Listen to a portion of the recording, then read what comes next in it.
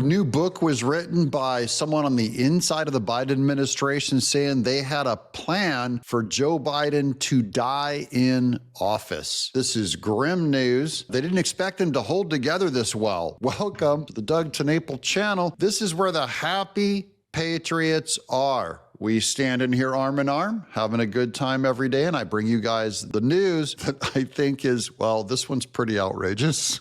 Okay, here we go. This is from the Post-Millennial. This is Jack Posobiec's great site. Dems had a plan for Biden to, quote, die in office. Let that sink in. The same people that said he was healthy, he was ready, he was virulent, he was ready to do jumping jacks and sit-ups, they were prepared for him to die in office, talked about candidate switcheroo in 2023. That was a year before the election, this book claims. Okay, by Thomas Stevenson, here we go. Democrats had planned for former President Joe Biden to die in office before the election and had staged a hush-hush talks planning for a then potential switch out of former President Joe Biden in the election race as early as 2023. According to a new book written by Jonathan Allen and Amy Parnes, quote, Fight Inside the Wildest Battle for the White House cites two anonymous sources for the claims and additionally tells of aides to former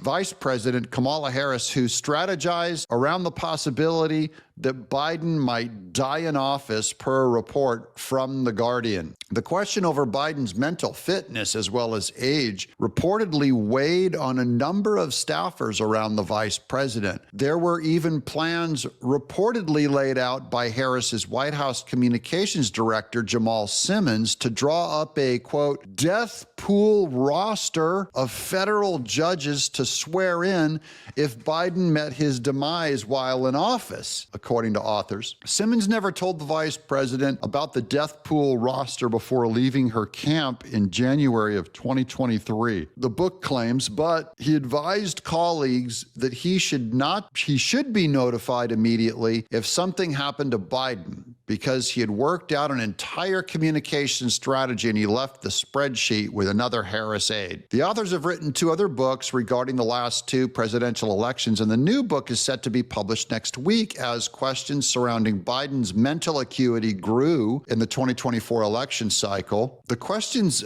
this is what I don't get, guys. Everyone knew. So why did the questions only accrue much later? Everyone could see it. That's the big beef I don't get. Ultimately, mounting in Biden's terrible debate performance with Trump, pressure from his own party led to him dropping out of the race. But people made plans before that in case Biden was not going to be the 2024 presidential nominee, the authors claim. The authors wrote that in 2023, a handful of Democrat National Committee officials already had considered contingency plans, which is wise. Those contingency plans are wise given that Biden looked like he was about to die, that they refer to as hush-hush talks where officials gamed out Biden withdrawal scenarios. They wanted to make sure the party was ready for every possible circumstance. If Biden launched his campaign and then stepped aside before the primaries, if he won a bunch of primaries and then could not continue, the book said, if he secured enough delegates for winning the nomination but dropped out before winning a floor vote at the convention, and if he left a vacancy at the top of the ticket after taking the nomination. So basically had every scenario of him dying possible. The authors wrote in the book that the plans surrounded party rules for the election and how they might need to be changed if the president no longer had the desire or the ability to run. So that's why they had to approve those, they had to appoint those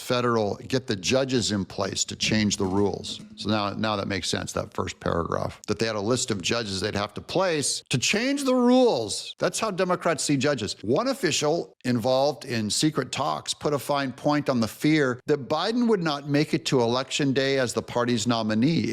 It shows what we had to do to prepare with the unique circumstances we had, which was an 80-plus-year-old president who was running. You know, the Trump administration needs to have similar plans too, in case lunatic Democrats get him shot, which is their goal. We need contingency plans. It's terrible to say. The Democrat Party, their contingency plans was over a candidate they lied about out that they said was young and virulent enough and could do 2 terms, and that he was going to die of normal old age in office. The Republican side has to make contingencies because Trump, someone keeps taking shots at his life. Biden, however, was still determined to run and had been pushed to do so by family members Jill and Hunter Biden. One passage reviewed by reporters said that at a fundraiser 2 days after Biden had the debate disaster, the former president needed tape fixed to the carpet, colorful breadcrumbs that showed the leader of the free world where to walk. Now, we all know this is true. We saw all of the overproduced